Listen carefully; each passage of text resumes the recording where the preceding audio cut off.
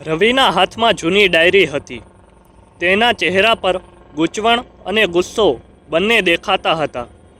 આ શું છે કાવ્યા? તેણે કડક અવાજમાં પૂછ્યું.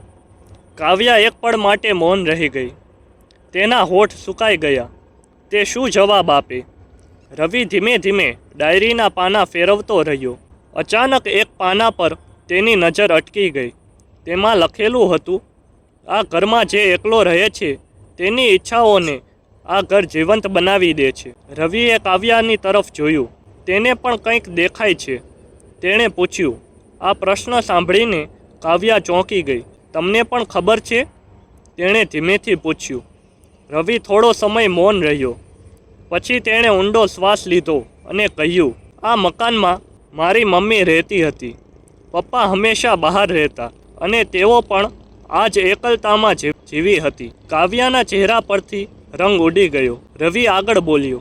એક દિવસ તેઓ અચાનક ગાયબ થઈ ગઈ. કોઈને ક્યારેય ખબર પડી નહીં કે શું થયું. આ સાંભળીને કાવ્યાના મનમાં ગઈ રાતનો યુવાન ફરી ઊભો થઈ ગયો. શું એ જ કોઈ રહસ્ય હતું?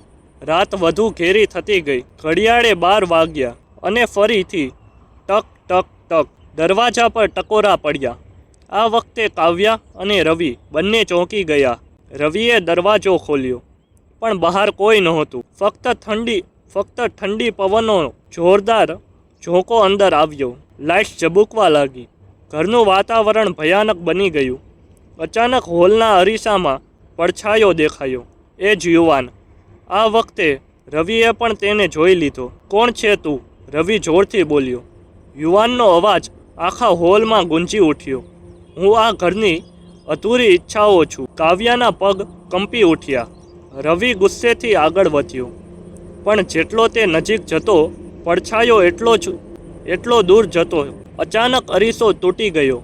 કાચના ટુકડાઓ જમીન પર ફેલાઈ ગયા. દરેક ટુકડામાં એ જ યુવાનનો ચહેરો દેખાતો હતો અને દરેક ચહેરો એક જ વાત બોલતો હતો, એકલતા, હવસ, તરસ. કાવ્યા હવે સમજી ગઈ, આ કોઈ માણસ નહોતો.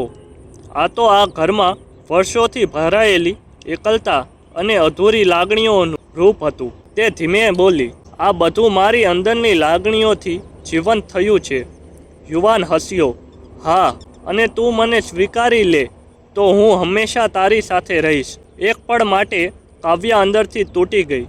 તેના દિલમાં એકલતાનો ભાર હતો. પણ પછી તેણે રવિ તરફ જોયું. રવિની આંખોમાં પસ્તાવો હતો. તે ધીમેથી બોલ્યો, મને માફ કર કાવ્યા, મેં તને એકલી છોડી દીધી. આ શબ્દો સાંભળીને કાવ્યાની આંખોમાં આંસુ આવી ગયા. તે રવિની પાસે જઈ ઊભી રહી. તે ક્ષણે આખા ઘરમાં એક જોરદાર ગાજવીજનો અવાજ થયો. યુવાનનો પડછાયો ધીમે ધીમે ઓગળવા લાગ્યો. તેનો અવાજ છેલ્લે એકવાર સંભળાયો, જ્યાં પ્રેમ સચ્ચો હોય ત્યાં હવસની આગ બળી શકતી નથી. અને પછી બધું શાંત થઈ ગયું.